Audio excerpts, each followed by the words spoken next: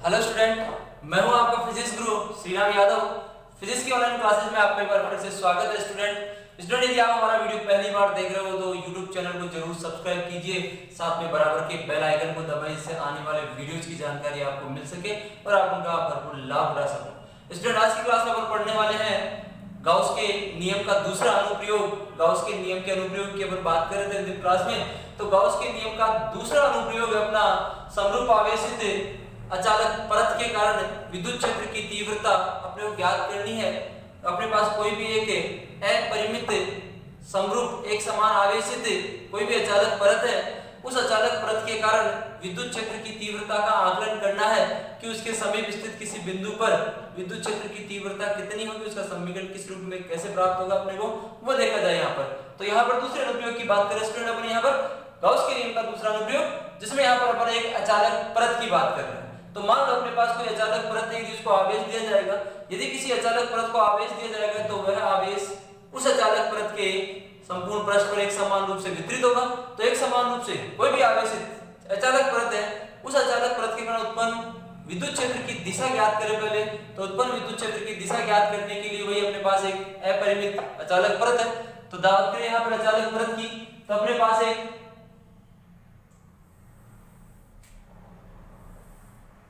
अपरिमित लंबाई की ये कोई अचालक परत है स्टूडेंट अपने पास। इस अचालक परत को यदि आवेशित किया जाए तो इस अचालक परत को दिया गया संपूर्ण आवेश इसके संपूर्ण पृष्ठ पर एक समान रूप से वितरित होगा स्टूडेंट। क्लियर है? इसको दिया गया आवेश यहाँ पर एक समान रूप से वितरित हो गया। अब यहां पर इस अचालक परत से इसके लंबवत r दूरी पर स्थित ये कोई बिंदु P है। इस बिंदु P पर विद्युत क्षेत्र की दिशा का आकलन करना है पहले अपने को। तो इस बिंदु पर विद्युत क्षेत्र की दिशा का आकलन करने के लिए इस परत के इस बिंदु O के समरूप सममित यहां पर दो क्षेत्रफल अल्पांश लेते हैं स्टूडेंट। अपन अपने पास यहां पर दो क्षेत्रफल अल्पांश है A1 और A2। A1 और A2 यहां पर दो क्षेत्रफल अल्पांश अपन ने लिए। इस A1 और A2 के कारण इस बिंदु P पर एक समान विद्युत क्षेत्र उत्पन्न होगा। परिमाण विद्युत क्षेत्र का एक समान होगा, लेकिन इनकी जो दिशा है वो अलग अलग होगी। वो A1 P की दिशा में, मान लो विद्युत क्षेत्र DE है, और एक दूसरा A2 P की दिशा में, और इस विद्युत क्षेत्र का परिमाण भी DE के तुल्य अपन ने माना। इन दोनों क्षेत्रफल अल्पांशों के कारण इस बिंदु P पर उत्पन्न विद्युत क्षेत्र एक समान है स्टूडेंट। यहां पर इसके साथ में बनने वाले ये कोण एक समान होंगे, जो अपन ने अल्फा मान लिए। ये कोण अल्फा है तो स्टूडेंट ये कोण भी बराबर होंगे। क्लियर है? शीर्षाभिमुख कोण है तो ये कोण भी बराबर होंगे।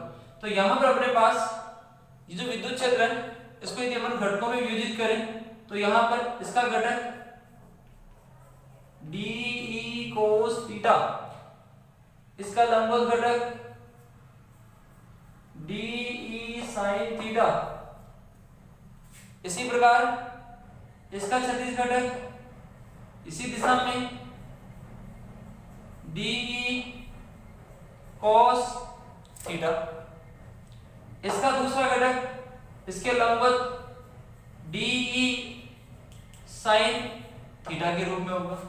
तो यहां पर स्टूडेंट देखा जाए तो डायग्राम से स्पष्ट हो रहा है कि जो DE sin थीटा और DE sin थीटा है, दोनों परिमाण में समान और दिशा में विपरीत है। इस कारण ये दोनों एक दूसरे को निरस्त कर देंगे और इनके जो क्षैतिज घटक है DE cos थीटा और DE cos थीटा एक ही दिशा में होने के कारण जुड़ जाएंगे। इसका मतलब यहाँ पर इस बिंदु P पर यदि परिणामी विद्युत क्षेत्र की दिशा देखी जाए तो परिणामी विद्युत क्षेत्र की दिशा इस चालक परत के लंबवत बाहर की ओर होगी। जिस दिशा में परिणामी विद्युत क्षेत्र DE cos थीटा मिला उसी दिशा में परिणामी विद्युत क्षेत्र होगा। तो यहाँ पर अपने पास यदि कोई भी अपरिमित लंबाई की समरूप आवेशित अचालक परत है तो उसके कारण विद्युत क्षेत्र की जो दिशा है वो उस परत के लंबवत बाहर की ओर होगी। कब? जब वो धनावेशित होगी। यदि ये ऋणावेशित है तो इसके लंबवत अंदर की ओर उस विद्युत क्षेत्र की दिशा होगी। क्लियर है ना? यहाँ पर अपने धनावेशित अचालक वृत्त लिए इसको धनावेश दिया है जिस पर एक समान रूप से वितरित है, तो इसके कारण इस विद्युत क्षेत्र की दिशा इससे दूर बाहर की ओर लंबवत आ रही है। यदि इसी को ऋणावेश दिया जाता है, ऋणावेशित होती है एक समान रूप से, तो उस अवस्था में क्या होता? विद्युत क्षेत्र की जो दिशा है वो इसके लंबवत अंदर की ओर होती।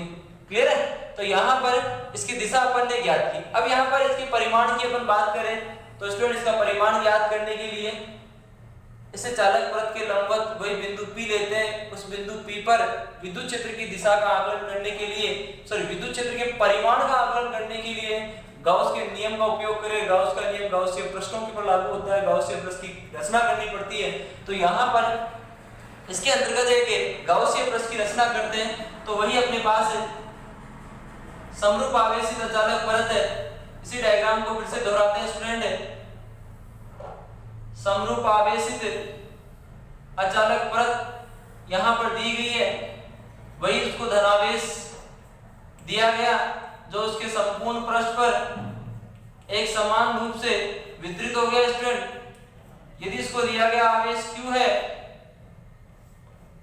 इसको Q आवेश दिया जो इसके संपूर्ण पृष्ठ पर एक समान रूप से वितरित हो गया, और इसका जो पृष्ठीय आवेश घनत्व है स्टूडेंट, इसका पृष्ठीय आवेश घनत्व अपने मान लिया सिग्मा। पृष्ठीय आवेश घनत्व इसके प्रति इकाई क्षेत्रफल में उपस्थित आवेश की मात्रा, उसके ऊपर पृष्ठीय आवेश घनत्व कहते हैं, जिसको यहाँ पर सिग्मा से व्यक्त कर रहे हैं। तो यहाँ पर इस चालक वृत्त के लंबवत r दूरी पर स्थित वही बिंदु P है।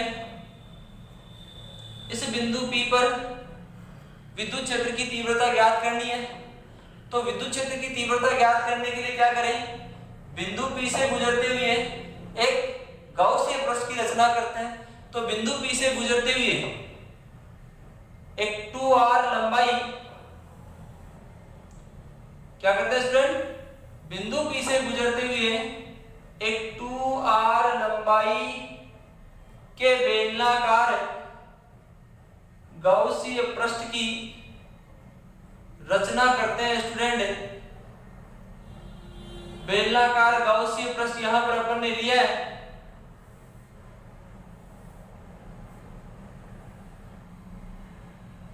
जिसका अनुप्रस्थ काट क्षेत्रफल अपन ने S मान लिया। इसकी लंबाई अपन ने कितनी मानी है स्टूडेंट? इसकी लंबाई अपन ने मानी है 2r।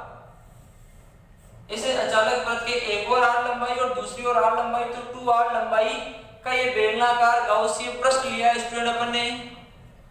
आ गया समझ? तो यहाँ पर इस बिंदु P पर विद्युत क्षेत्र की तीव्रता ज्ञात करने के लिए अपन ने ये बेलनाकार गाउसीय पृष्ठ बनाया। इस बेलनाकार गाउसीय पृष्ठ के लिए विद्युत क्षेत्र का मान ज्ञात करें। तो यहाँ पर स्टूडेंट इस बेलनाकार पृष्ठ की अपन बात करें तो इसमें तीन पृष्ठ बन रहे हैं। एक गोलाकार पृष्ठ S1, दूसरा गोलाकार पृष्ठ S2 और तीसरा इस बेलन का ये वक्र पृष्ठ बन रहा है स्टूडेंट, जिसे अपन S3 मानते हैं। आ गया समझ में? यहां पर अपन ने जो बेलनाकार पृष्ठ लिया है इसको तीन भागों में अपन ने विभाजित कर दिया। समझ में आ गया ना? यहां पर S1, S2, S3 ये इसके तीन भाग अपन ने लिए, इसमें दो गोलाकार पृष्ठ और एक बेलन का वक्र पृष्ठ। क्लियर है? तो यहां पर इस बेलनाकार पृष्ठ के लिए इससे संबद्ध विद्युत फ्लक्स का मान ज्ञात करें स्टूडेंट अपन विद्युत फ्लक्स की परिभाषा के अनुसार। तो सबसे पहले यहां पर अचालक परत का पृष्ठ आवेश घनत्व, सबसे पहले इस पृष्ठ के घनत्व की अपन बात करें तो इसका घनत्व सिग्मा बराबर आवेश Q बटे में क्षेत्रफल S। तो Q बराबर स्टूडेंट क्या लिखा जा सकता है? Sigma S। यहां पर इसे गाउसीय पृष्ठ से परिबद्ध जो आवेश की मात्रा है उस परिबद्ध आवेश की मात्रा क्या है? Q बराबर सिग्मा S। क्लियर है? अब यहां पर यदि अपन विद्युत फ्लक्स का मान ज्ञात करें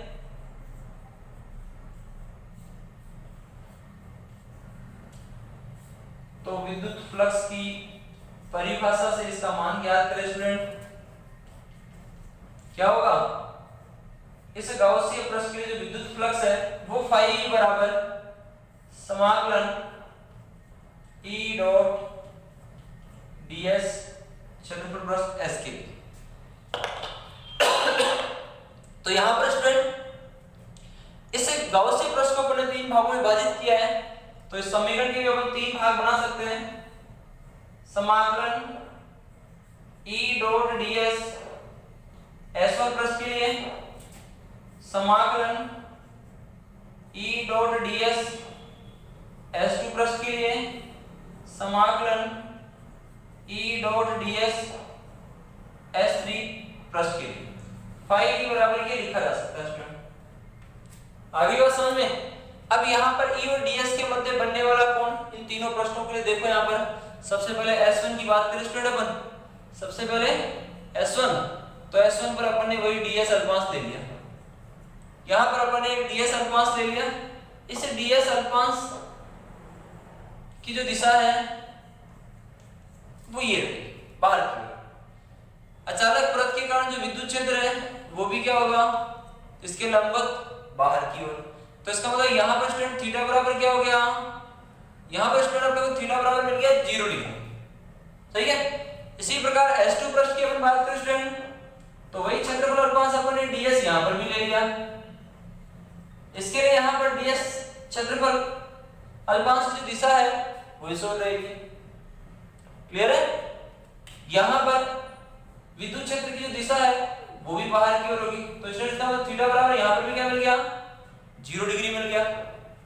तीसरी बात करें अपन बेलन के वक्र पृष्ठ की स्टूडेंट, तो यहाँ पर अपन ने बेलन का एक वक्र पृष्ठ ले लिया ds क्षेत्रफल अल्पांश का, जिसकी दिशा ये रहेगी। स्टूडेंट यहाँ पर इस अल्पांश पर यदि विद्युत क्षेत्र की दिशा देखी जाए तो क्या होगी स्टूडेंट यहाँ पर एक ही दिशा हो गया बाहर की ओर, तो इसका मतलब यहाँ पर थीटा बराबर क्या हो गया स्टूडेंट अपने को 90 डिग्री, समझ गए। तो यहाँ पर ये मान यदि अपन समीकरण में रखें, क्योंकि S1 एवं S2 पृष्ठ के लिए थीटा बराबर क्या मिला स्टूडेंट अपने को 0 डिग्री, लेकिन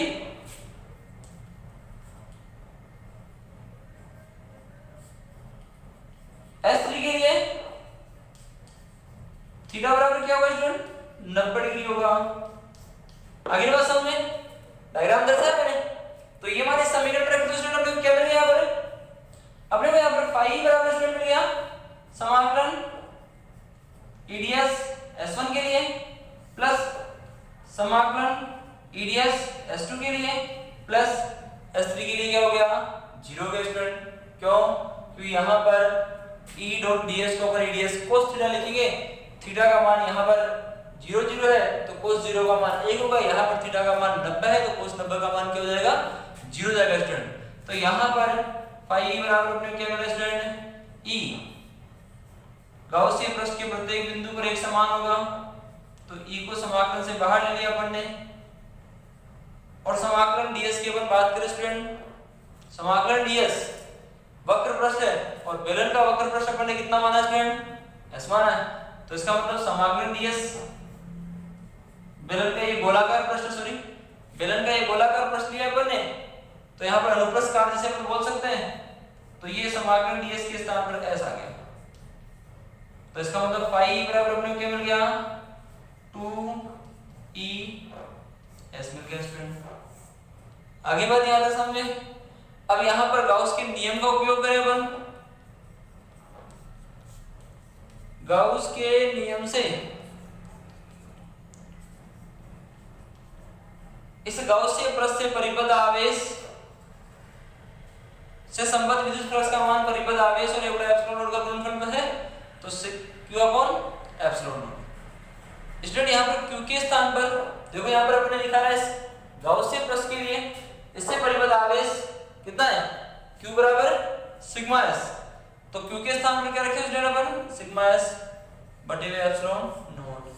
तो फाई का एक मान और मिल गया अपने को, यहाँ पर देखो फाई का एक मान ये है और फाई का एक मान ये, किसके लिए स्टूडेंट ये दोनों मान किसके विद्युत फ्लक्स को दर्शा रहे हैं, इस गाउसीय पृष्ठ के लिए। ये जो अपन ने बेलनाकार गाउसीय पृष्ठ लिया है, इस बेलनाकार गाउसीय पृष्ठ का ये विद्युत फ्लक्स है, तो इसका मतलब दोनों की तुलना कर सकते हैं स्टूडेंट। कि एक ही पृष्ठ के लिए दोनों विद्युत फ्लक्स के मान है, इसका मतलब दोनों बराबर होंगे, इसलिए यहाँ पर 2Es बराबर सिग्मा S बटे एप्सिलॉन नॉट। तो यहाँ पर S से S कैंसिल हो गया, तो यहाँ पर अपने को E बराबर क्या मिल गया student, sigma upon 2 epsilon naught मिल गया अपने को।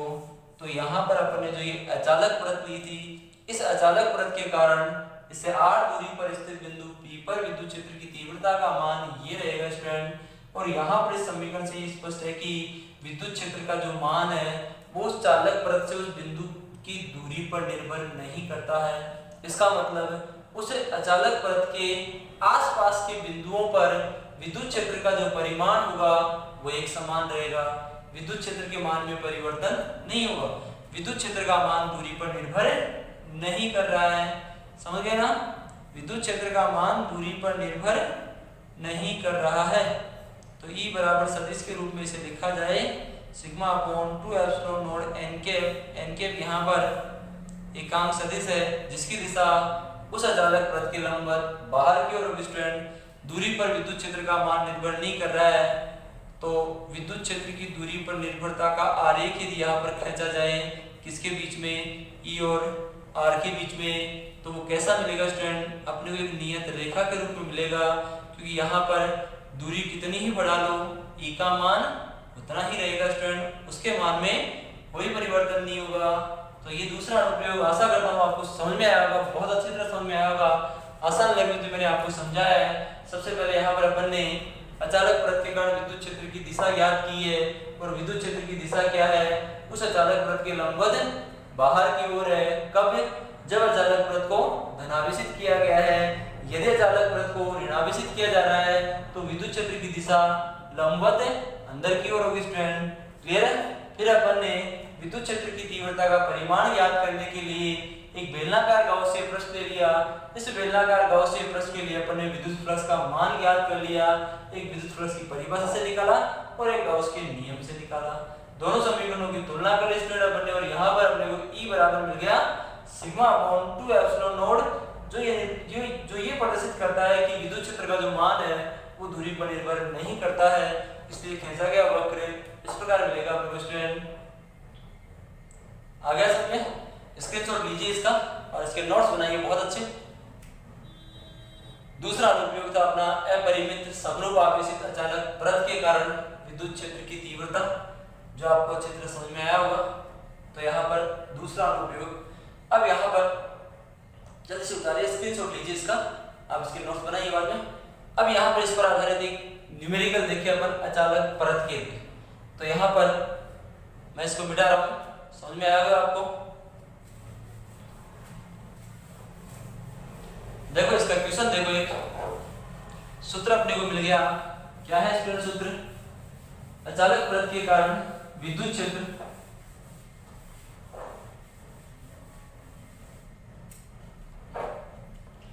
सूत्र अपने को मिल गया क्या, E बराबर सिग्मा अपॉन 2 एप्सिलॉन नॉट। अचालक परत के कारण विद्युत क्षेत्र की तीव्रता का मान ये होता है। तो देखो यहाँ पर क्वेश्चन देखो, पहले एक क्वेश्चन देखो, न्यूमेरिकल देखो, समझ में आएगा। और भी तरह एक अनंत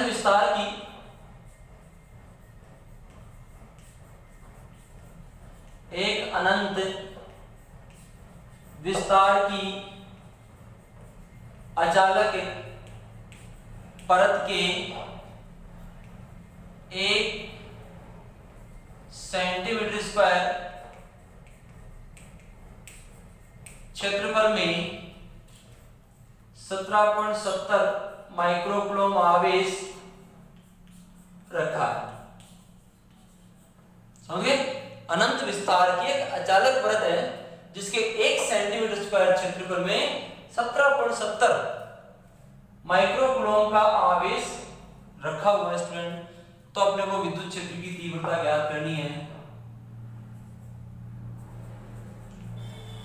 वायु में विद्युत क्षेत्र कितना होगा। इस अचालक परत के लिए अपने को विद्युत क्षेत्र की तीव्रता का आकलन करना है। तो अपने को क्या दिया हुआ है, देखो यहाँ पर क्या दिया हुआ है, क्षेत्रफल अपने को दिया हुआ है अनुप्रस्थ काट क्षेत्रफल s बराबर कितना दिया हुआ है 1 सेंटीमीटर स्क्वायर, जिसको अपन 10 की पावर -4 मीटर स्क्वायर में कन्वर्ट कर सकते हैं स्टूडेंट। सही है। दूसरा अपने को क्या दिया हुआ है स्टूडेंट, आवेश दिया हुआ है, कितना दिया हुआ है 17.70 माइक्रोकूलम, जिसे लिख सकते हैं 17.70 गुणा 10 की पावर -6 किलो। समझ गए। तो यहां पर विद्युत क्षेत्र E बराबर क्या होगा सिग्मा अपॉन 2 एप्सिलॉन। अचालक वृत्त के लिए ये निकाला अपन ने स्टूडेंट। यहां पर सिग्मा को अपन क्या रखे हैं, सिग्मा पृष्ठीय आवेश घनत्व Q बटे में S, आवेश बटे में क्षेत्रफल। आगे बात समझ में। तो यहां पर E बराबर Q का मान 17.70 गुणा 10 की पावर -6 बटे में S, S इसके बटे में आ गया, कितना है 10 की पावर -4। 2 एप्सिलॉन नोड का मान 8.85 गुणा 10 की पावर -12। तो यहाँ पर 17.70 2 गुणा 8.85 तक कैंसिल हो गया स्टूडेंट। यहाँ पर नीचे घात कितनी होगी 10, 4 और 12 16, माइनस के 16 ऊपर जाने पर प्लस के 16, माइनस के 6 इसमें से कम हो गए। तो E बराबर अपने को क्या मिल गया 10 की पावर 10 वोल्ट प्रति मीटर या न्यूटन प्रति कूलम का विद्युत क्षेत्र इस अचालक वृत्त के कारण इसके समीप बिंदुओं पर उत्पन्न हुआ। आगे समझ में। तो दूसरा अनुप्रयोग था स्टूडेंट अपना अपरिमित समरूप आवेशित अचालक वृत्त के कारण विद्युत क्षेत्र की तीव्रता। साथ ही अपन तीसरा अनुप्रयोग भी देखें, इसी से मिलता जुलता तीसरा अनुप्रयोग है। थोड़ा सा परिवर्तन अपने को करना है स्टूडेंट, ज्यादा परिवर्तन नहीं करना। दोनों अनुप्रयोगों में एक समानता है, यहाँ पर इसमें कोई ज्यादा परिवर्तन नहीं है स्टूडेंट। एक समान डेरिवेशन के रूप में अपने को इसको दर्शाना है और इसको समझना है, इसको रटने की जरूरत नहीं है, आसान है, दोनों एक जैसे हैं दोनों के दोनों। अब देखो इसमें परिवर्तन क्या होगा, वो परिवर्तन देखो स्टूडेंट यहाँ पर। तो यहाँ पर तीसरा अनुप्रयोग अपन साथ ही देख लेते हैं। यहाँ पर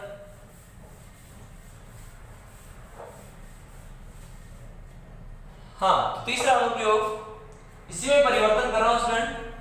2 के स्थान पर गॉस के नियम का तीसरा अनुप्रयोग अपन पढ़ रहे हैं और वो तीसरा अनुप्रयोग है अपरिमित समरूप आवेशित चालक परत के कारण विद्युत क्षेत्र। अभी अपन ने क्या पढ़ा, अचालक परत के कारण। तो मैं इसमें क्या बदल दूं स्टूडेंट, इसे ए को हटा दूं तो क्या हो गया, टॉपिक देखो अपना अपरिमित समरूप आवेशित चालक परत के कारण विद्युत क्षेत्र। और यहां पर जो नॉन कंडक्टिंग था, इस नॉन कंडक्टिंग को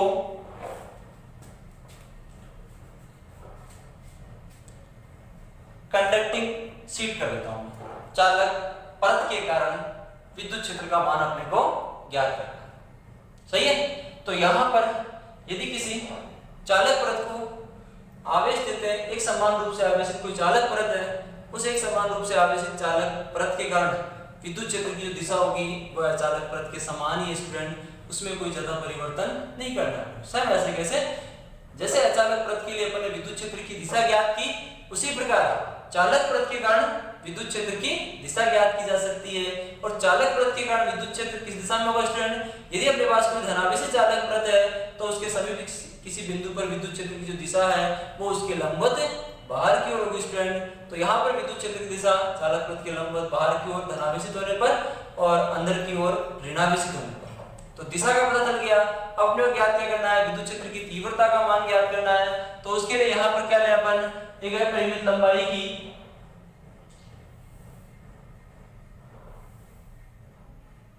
वही स्टूडेंट यहाँ पर एक अपरिमित लंबाई की चालक परत ले रहे हैं अपन। अब यदि इस चालक परत को आवेश दिया जाएगा तो स्टूडेंट इस चालक परत को जो आवेश देंगे वह आवेश इस चालक परत के बाहरी पृष्ठों पर, दोनों ओर इसके बाहरी पृष्ठों पर एक समान रूप से वितरित होगा। इसलिए इस चालक परत के अंदर विद्युत क्षेत्र का जो मान होगा वो कितना होगा, चालक परत के अंदर स्थित प्रत्येक बिंदु पर विद्युत क्षेत्र का मान 0 होगा। क्यों, क्योंकि यदि अपन इसको आवेश क्यों दे रहे हैं, तो ये जो आवेश Q है ये प्रतिकर्षित होकर इस चालक पृष्ठ के दोनों ओर बाहरी पृष्ठों पर वितरित होगा। इसके अंदर कोई आवेश उपस्थित नहीं होगा। आवेश यदि नहीं है तो इसका मतलब विद्युत क्षेत्र का मान भी वहां पर क्या होगा, 0 होगा। तो यदि अपन चालक पृष्ठ को आवेश दे रहे हैं तो चालक पृष्ठ को दिया गया आवेश उसके संपूर्ण बाहरी पृष्ठों पर दोनों ओर एक समान रूप से वितरित होगा। समझिए बात। तो यहाँ पर क्या समझ में आया कि विद्युत चालक पृष्ठ के अंदर विद्युत क्षेत्र की जो तीव्रता होती है वो क्या होती है, 0 होती है। समझ गए। अब देखो यहाँ पर इसके बाहर स्थित बिंदु पर इस चालक पृष्ठ के लंबवत बाहर की ओर वही 8 दूरी पर अपन ने बिंदु P ले लिया। इस बिंदु P पर विद्युत क्षेत्र का परिमाण अपने को ज्ञात करना है। तो क्या करें, इस बिंदु P से गुजरते हुए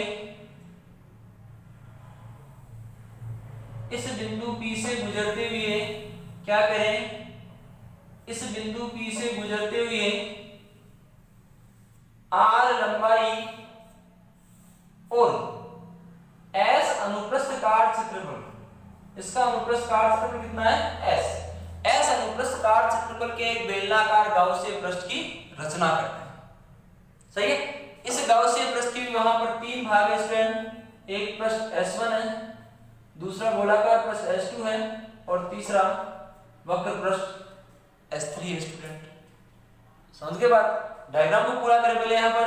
तो यहाँ पर तीनों पृष्ठों पर वही क्षेत्रफल अल्पांश ले लो स्टूडेंट। तो यहाँ पर अपने एक क्षेत्रफल अल्पांश लिया ds। इस क्षेत्रफल अल्पांश की दिशा क्या होगी, बाहर की ओर। यहाँ पर विद्युत क्षेत्र पृष्ठ के लंबवत बाहर की ओर।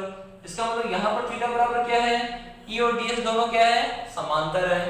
इसी प्रकार यदि इसके S2 पृष्ठ पर लिया जाए तो S2 पृष्ठ पर भी क्या है स्टूडेंट, S2 पृष्ठ पर भी E और ds समांतर है। लेकिन S3 पृष्ठ पर यदि कोई वक्र पृष्ठ दिया जाए, कोई क्षेत्रफल अल्पांश दिया जाए तो यहाँ पर जो ds है वो ds इसके लंबवत बाहर की ओर। और यहाँ पे यदि विद्युत क्षेत्र देखा जाए तो विद्युत क्षेत्र इसके लंबवत बाहर की ओर। तो इसका मतलब थीटा बराबर यहाँ पर 90 डिग्री है और यहाँ पर थीटा बराबर क्या था, 0 डिग्री रहेगा। क्लियर है। तो यहाँ पर सबसे पहले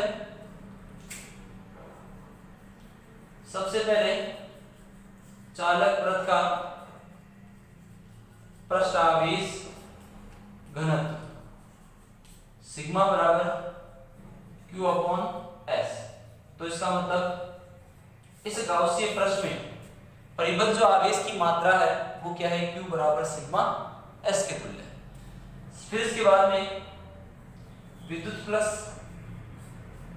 जो अपने चालक पृष्ठ लिए, इस चालक पृष्ठ से संबद्ध विद्युत फ्लक्स का मान फाई बराबर समाकलन E डॉट ds या फिर समाकलन EDS cos थीटा लिखा जा सकता है। किसी भी S पृष्ठ के लिए ले लिया अपन। अब यहाँ पर अपन ने जो बेलनाकार गाउसीय पृष्ठ लिया है उसको 3 भागों में विभाजित किया है। 3 भागों में विभाजित किया तो समीकरण को भी 3 पदों में लिखा जा सकता है। क्या लिखे, फाई बराबर समाकलन EDS cos थीटा S1 पृष्ठ के लिए। इसी प्रकार समाकलन EDS cos थीटा S2 पृष्ठ के लिए। इसी प्रकार समाकलन EDS cos थीटा S3 पृष्ठ के लिए। S1 S2 S3 3 पृष्ठ अपन ने लिए, तीनों पृष्ठों के लिए पद लिखा। अब यहाँ पर डायग्राम में देखो स्टूडेंट, यहाँ पर थीटा का मान अपन ने डायग्राम में दर्शा दिया। S1 और S2 के लिए, S1 व S2 के लिए थीटा बराबर 0 डिग्री। S3 के लिए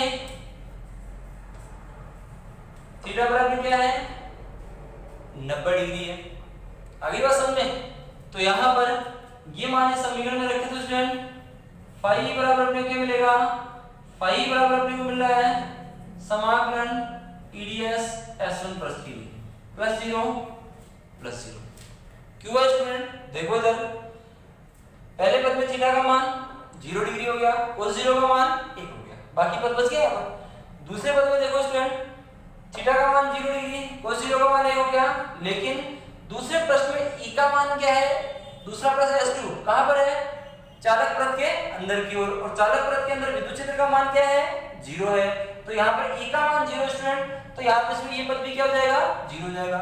S3 प्लस के लिए थीटा का मान क्या है स्टूडेंट, 90 डिग्री है, उस 90 का मान क्या होगा, 0, तो इसका मतलब ये पद क्या हो गया, 0। तो यहाँ पर अपने को फाई का मान क्या मिल गया, फाई बराबर E समाकलन ds। S1 पृष्ठ के लिए, S1 पृष्ठ के लिए समाकलन ds का जो मान है वो इस बेलन के अनुप्रस्थ काट क्षेत्रफल के बराबर है। तो अपने को यहाँ पर इस गाउसियन पृष्ठ के लिए विद्युत फ्लक्स का मान मिल गया फाई बराबर ES। सही है। अब देखो गाउस के नियम का उपयोग करें। गाउस के नियम से क्या पढ़ा अपन ने, गाउस के नियम से अपन ने पढ़ा है कि फाई बराबर क्या होता है, q बटे में एप्सिलॉन नॉट। सही है। q का मान इस बेलनाकार पृष्ठ के लिए क्या है, सिग्मा s के बराबर। तो ये मान भी यहाँ पर रख दें तो क्या मिल गया अपने को, फाई बराबर sigma s upon epsilon not. इस गाउसियन पृष्ठ के लिए विद्युत फ्लक्स का मान ये भी मिल गया अपने को। तो देखो यहाँ पर दो समीकरण अपने पास आ गए स्टूडेंट। ये दोनों समीकरण विद्युत फ्लक्स के मान को दर्शा रहे हैं। किसका विद्युत फ्लक्स, इस गाउसियन पृष्ठ का विद्युत फ्लक्स। इसका मतलब दोनों क्या होंगे, बराबर होंगे। तो उस अवस्था में यहाँ पर अपन क्या लिखे स्टूडेंट, इस अवस्था में अपन लिख सकते हैं दोनों समीकरणों को बराबर। तो ES बराबर सिग्मा s बटे में एप्सिलॉन नॉट। s से s यहाँ पर कैंसिल हो गया स्टूडेंट। तो E बराबर क्या मिल गया, सिग्मा अपॉन एप्सिलॉन नॉट। तो यहाँ पर जो चालक वृत्त अपन ने ली है उस चालक वृत्त के कारण विद्युत क्षेत्र का मान ये है जो नियत होगा, क्योंकि यहाँ पर ये विद्युत क्षेत्र का मान है ये भी दूरी पर निर्भर नहीं कर रहा है। यहाँ पे यदि अपन चालक वृत्त ले रहे हैं तो इस चालक वृत्त के लिए विद्युत क्षेत्र का जो मान है वो दूरी पर निर्भर नहीं कर रहा है। इसके समीप स्थित प्रत्येक बिंदु पर विद्युत क्षेत्र का मान क्या होगा, एक समान होगा। यहाँ पर n कैप विद्युत क्षेत्र की दिशा को दर्शा रहा एकांक सदिश है जो इस गाउसियन पृष्ठ के लंबवत बाहर की ओर होगा। दूरी पर निर्भर नहीं कर रहा है। तो दूरी के साथ विद्युत क्षेत्र में परिवर्तन का आरेख यदि खींचा जाए तो एक नियत रेखा के रूप में अपने को मिलेगा, क्योंकि विद्युत क्षेत्र का मान दूरी बढ़ने पर विद्युत क्षेत्र का मान उतना ही रहेगा। यहाँ पर विद्युत क्षेत्र का जो मान है वो समानुपाती है किसके, सिग्मा के। सिग्मा क्या है यहाँ पर, पृष्ठीय आवेश घनत्व है। तो यहाँ पर इसका पृष्ठीय आवेश घनत्व जितना अधिक होगा विद्युत क्षेत्र का मान उतना ही अधिक होगा, क्योंकि ये दोनों एक दूसरे के समानुपाती है। इसलिए इनके बीच में खींचा गया वक्र एक सरल रेखा के रूप में प्राप्त होगा स्टूडेंट अपने को। तो यहाँ पर आशा करता हूँ आपको गाउस के नियम का दूसरा अनुप्रयोग भी समझ में आया होगा, तीसरा अनुप्रयोग भी समझ में आया होगा। तीन अनुप्रयोग अपन ने गाउस के नियम के यहाँ पर पढ़े हैं। आज की क्लास में अपन ने समरूप आवेशित अचालक और चालक वृत्त के कारण विद्युत क्षेत्र की तीव्रता ज्ञात की है। इन दोनों टॉपिक्स में लगभग समानता यहाँ पर अपन ने देखी है। तो आज की क्लास में इतना स्टूडेंट आपको फिर भी कोई चीज समझ में नहीं आ रही है तो आप कमेंट बॉक्स में जरूर अपनी डाउट्स को क्लियर करें। डाउट्स को वहां पर आप कमेंट बॉक्स में लिखोगे तो उसका सॉल्यूशन आपको जरूर मिलेगा। अभी तक आपने यदि हमारे YouTube चैनल को सब्सक्राइब नहीं किया स्टूडेंट तो YouTube चैनल को सब्सक्राइब करें। बहुत ही आसान भाषा में आपको बेसिक फिजिक्स 0 से लेकर हीरो तक की अंतिम कड़ी आपको जरूर देखने को मिलेगी। अभी तो शुरुआत हुई है अपनी फिजिक्स की, अभी तो फिजिक्स में बहुत कुछ बाकी है। तो आप YouTube चैनल को सब्सक्राइब भी करें, लाइक करें, शेयर करें और वीडियो को अंतिम क्षण तक पूरा देखें, उसका पूरा नॉलेज लीजिए और पूरा आनंद उठाइए। Thank you student.